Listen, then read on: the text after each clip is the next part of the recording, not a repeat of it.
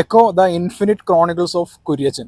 ഈ കുര്യച്ചൻ എന്ന് പറയുന്ന ക്യാരക്ടർ 2025 മലയാള സിനിമയിൽ ഇതുപോലെ ലയേർഡ് ആയിട്ടുള്ള മിസ്റ്റീരിയസ് ആയിട്ടുള്ള വേറെ ക്യാരക്ടർ ഉണ്ടായിട്ടില്ല. ആ ക്യാരക്ടറിനെ ചുറ്റിപ്പറ്റിയിട്ടാണ് ബാക്കിയുള്ള കഥകളെല്ലാം നടക്കുന്നത്.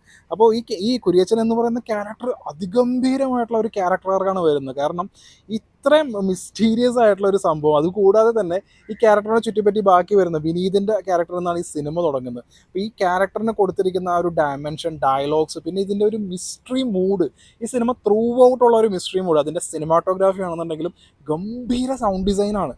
ഇതെല്ലാം കൂടി, അതായത് ആക്ടിങ്, സ്ക്രീൻ പ്ലേ, അതായത് ടെക്നിക്കലാണെന്നുണ്ടെങ്കിൽ എല്ലാം കൂടി എല്ലാം ഗംഭീരമാവുന്ന ഒരു സിനിമ എന്നൊക്കെ പറയില്ലേ, അതിൻ്റെ ഒരു പൂർണ്ണതയിലെത്തുമ്പോൾ ഈ ക്ലൈമാക്സ് എത്തുമ്പോൾ നിങ്ങൾ ഉറപ്പായിട്ടും എഴുന്നേറ്റ് നിന്ന് കൈയടിക്കും. കാരണം അത്രയ്ക്ക് ആ ഒരു ബിൽഡപ്പ് തുടങ്ങിയ എല്ലാ സംഭവങ്ങളും അതിൻ്റെ ഒരു പരിപൂർണതയിലെത്തുന്ന ഒരു ക്ലൈമാക്സും ഇതൊക്കെ ആയതുകൊണ്ട് തന്നെ എക്കോ എന്ന് പറയുന്ന ഈ സിനിമ ഈ വർഷത്തെ ഏറ്റവും ഗംഭീരമായിട്ടുള്ള മലയാളം സിനിമാറ്റിക് എക്സ്പീരിയൻസ് ആയിട്ടാണ് എനിക്ക് ഫീൽ ചെയ്തത്. നിങ്ങൾ സ്പോയിലേഴ്സ് ഒക്കെ കിട്ടുന്നതിന് മുമ്പ് എത്രയും വേഗം അടുത്തുള്ള ഒരു നല്ല തിയേറ്ററിൽ കാണുക. ഇത് വർത്ത് വാച്ച് ആണ്. And it's A top notch film.